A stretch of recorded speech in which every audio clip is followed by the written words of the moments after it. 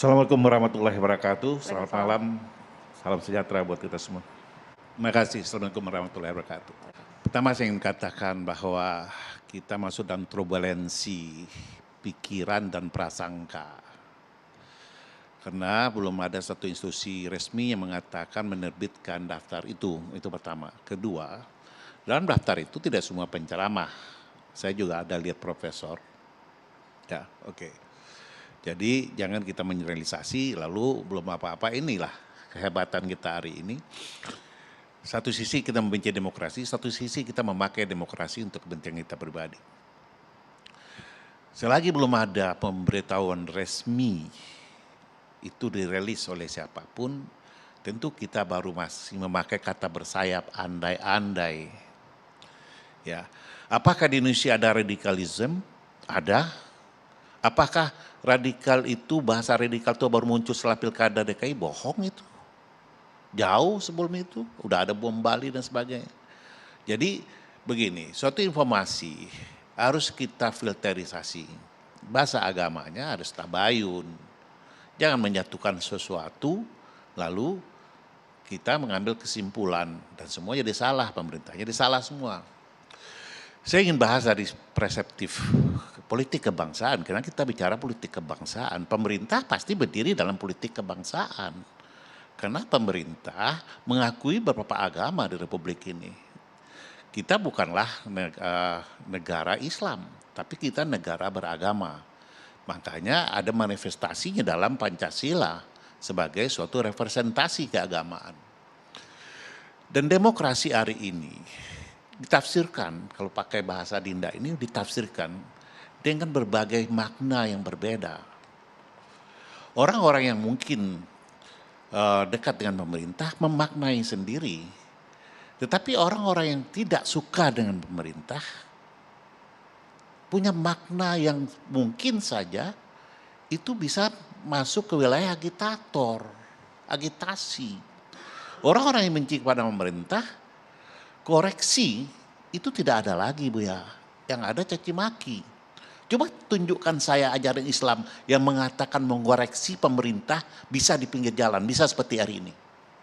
Rasulullah mengatakan kalau engkau mengkoreksi pemerintah, pemimpin, ya di depan umum engkau menghinakan dia. Kita bicara agama, perseptif agama, tapi kita tidak pakai itu. Rasulullah katakan face to face, jangan ada orang lain yang tahu, koreksi, sampaikan. Saya salut dengan Buya Anwar kemarin menyampaikan dalam forum MUI, lalu ditanggapi langsung dengan Pak Jokowi. Ya, meskipun dalam terminologi agama nggak boleh, harus face to face. Ya, kita menerjemahkan sendiri bahwa kita ini mampu mengkoreksi pemerintah depan umum lalu mengajak emosi masyarakat untuk berpikir dan cara kita berpikir. Di sini kelirunya. Negara ini bukan LSM. Tentu negara ini yang melakukan identifikasi. Kenapa? Karena keselamatan bangsa ini bukanlah keselamatan satu agama di Republik ini, tapi keselamatan masyarakat keseluruhannya. Yang agamanya bukan satu. Tentu pemerintah berdiri di situ. Kalau di bawah satu agama dalam diskusi ini, sementara pemerintah di atas menjadi umbrellanya, menjadi payungnya, ya, itu tuh tidak akan ada korelasi.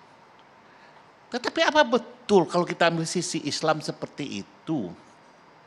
Nah, demokrasi yang dimaknai ini dengan banyak cara yang nyaris melakukan benturan-benturan. Lalu apakah negara tidak boleh mendefinisikan? Negara punya legitimasi oleh Undang-Undang Dasar.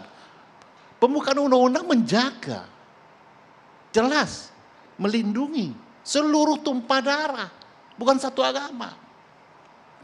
Lalu ada perkembangan-perkembangan dalam demokrasi yang pada tingkat caci maki mungkin masih bisa diterima, ditelan oleh pemerintah atau oleh orang-orang yang dicaci maki.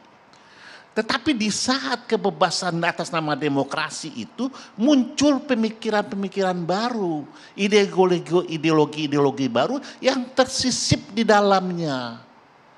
Jadi demokrasi itu jadi buas dibuatnya. Demokrasi jadi buas di dalamnya itu.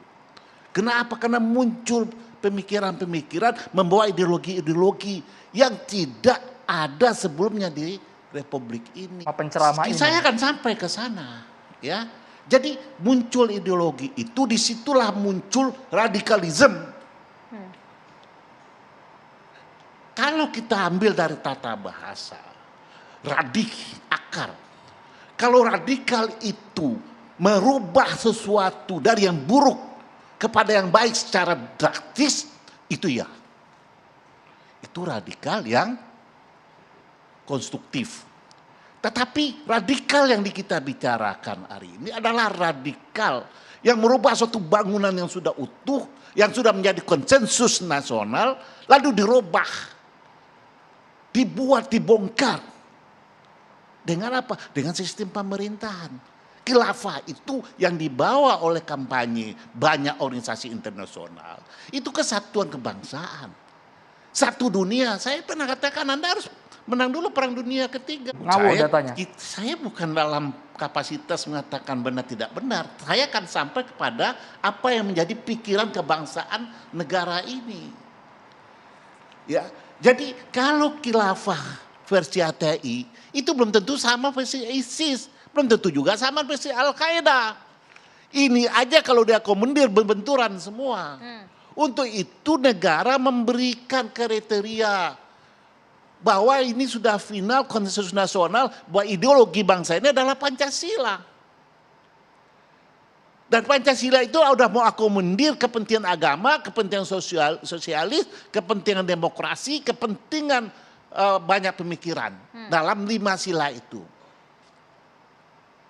Nah, inilah tempat pijaknya bangsa ini. Ketika itu mulai keluar, siapapun yang mengajarkan, yang menceramahkan bahwa penolakan terhadap Pancasila itu radikal. Ya, itu radikal. Artinya itu radikal. Saya tidak ambil ciri itu. Saya punya pemikiran sendiri. Oke. Ya, itu radikal. Kenapa? Karena membongkar bangunan yang sudah lama ada, yang sudah menjadi kesepakatan rumah kita bersama, lalu diganti dengan khilafah. Saya tunjukkan dalam Al-Quran. Sebentar, surat mana yang mengatakan sistem pemerintahan itu khilafah dalam Al-Quran? Surat mana? Kita menerjemahkan takwa saja tidak pernah sama. Kalau kita ambil dari etimologi, itu kebenaran mungkin mendekati. Asal kata waka itu menjaga hubungan dengan Allah atau memelihara komunikasi dengan Allah. Kita menerjemahkan sesuai dengan pikiran kita. Benar, Adina bilang kita senang menyembah tafsir-tafsir.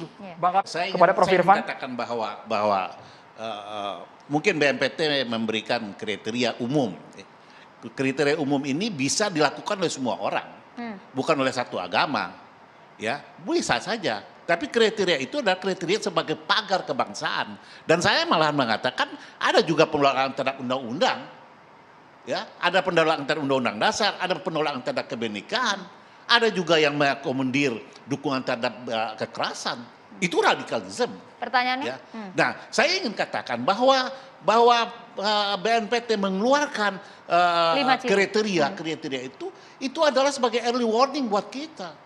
Bukanlah berarti BNPT itu menuding satu kelompok. Tetapi saya ingin katakan bahwa kata kafir itu asal kata kafara. Kafara itu kafir tertutup, ya. Dan itu dalam teologi agama Islam itu tidak hanya orang berbeda agama. Rasulullah mengatakan begini, orang muslim itu pagi dia muslim, sore dia kafir. Atau yang membedakan orang muslim dan kafir adalah sholat. Jadi banyak ada klarifikasi yang dibuat oleh ajaran agama tentang kedudukan seorang, tapi itu bukan baku. Ini bisa berbalik kepada dari keburukan pada kebaikan. Baik, kita berikan waktu yang sama, Bang Kapitra. Itulah peran para pendakwah itu. Tapi kita tidak boleh berpersangka, tadi sudah dibantah oleh BNPT, bukan rilis mereka. Nah kalau kita berpedoman pada rilis itu, rilis katakanlah itu tidak rilis resmi. Tapi kan ciri-cirinya penceramah. Iya penceramah, tapi bisa saja orang lain yang bikin. Terlalu kita terjebak Bapak ditahan dulu. Turbulensi. Saya pikir begini. Ya, saya pikir begini. Orang yang takut dengan kriteria itu adalah orang yang punya radikalisme dalam hatinya.